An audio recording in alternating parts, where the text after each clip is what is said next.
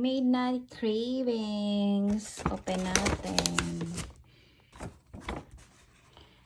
My midnight cravings. And there's a fry. And then here's the chicken. It's fried chicken. This is my midnight cravings. Chicken.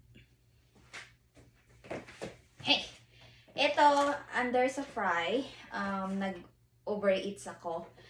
Worth it ba ang 30 bucks para sa 16 pieces of chicken na magalinggit? So, meron siyang ganito. $30.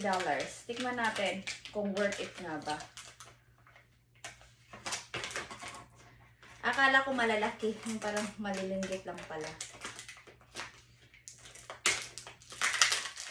So, meron siyang free na, radish. Tapos, meron akong kimchi dito. Hindi yan free. Yan yung sarili ko. Binili ko. Worth it nga ba ang ang 30 bucks para sa chicken nila? Fry. Subukan natin.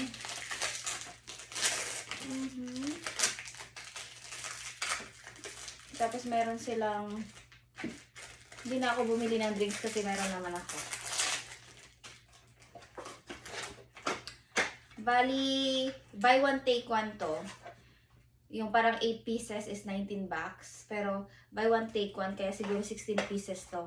16 pieces na malilinggit. So, pero in total pa rin kasi may delivery, wala pa kasama yung tip, wala pa kasama yung tip sa 30 bucks. Yung itong 16 pieces. Worth it pa siya. Tikman natin.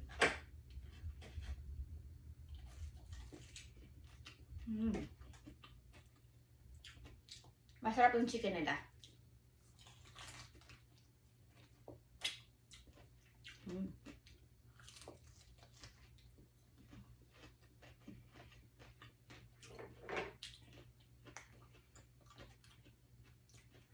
Masarap pag may radish.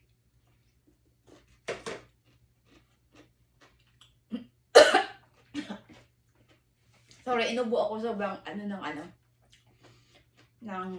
radish. Nakababa yata.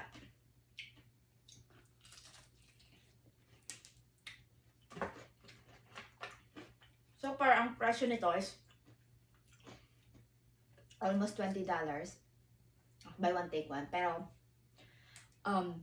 yung delivery fee kasi alauna na dito ng umaga. Almost $9. Hindi pa kasama yung tip. Pero masarap yung chicken. Sa usawan.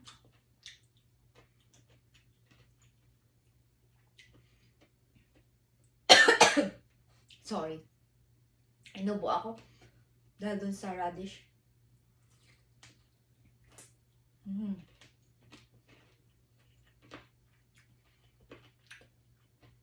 Masarap.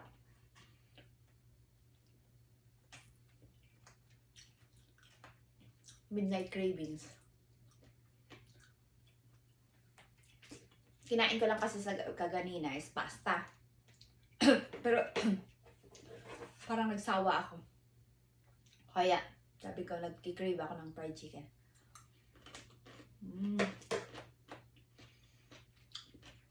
Pangalawang bite. Masarap yung radish siya. Masarap. Masausawan niya.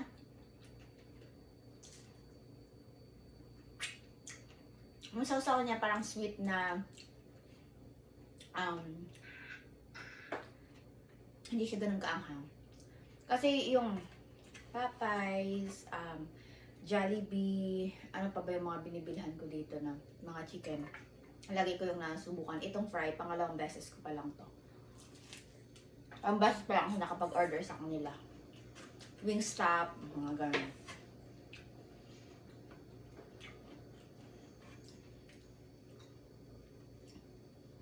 Kasi paborito ko talaga ang fried chicken.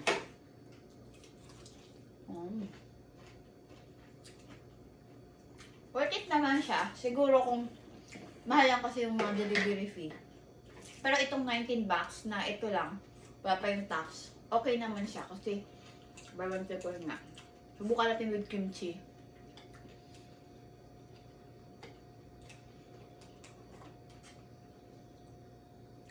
Kimchi! Masarap ba siya?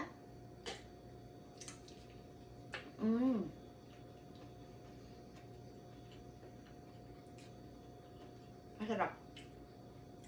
Anong prefer ko? Siguro ito yung ano, yung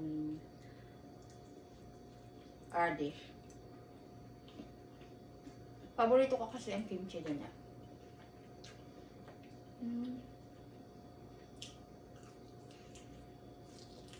Worth it siya? Worth it siya pag nag-crave ka. Or the middle of the night.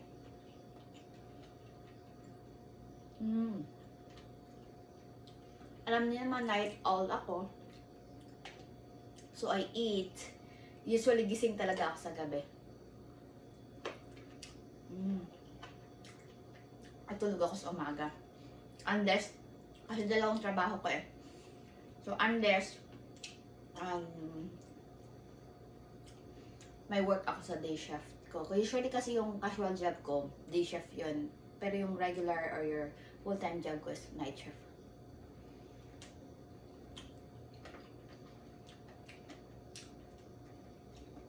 I'll rate the chicken 8 out of 10. Yun lang, fried chicken. Bye-bye!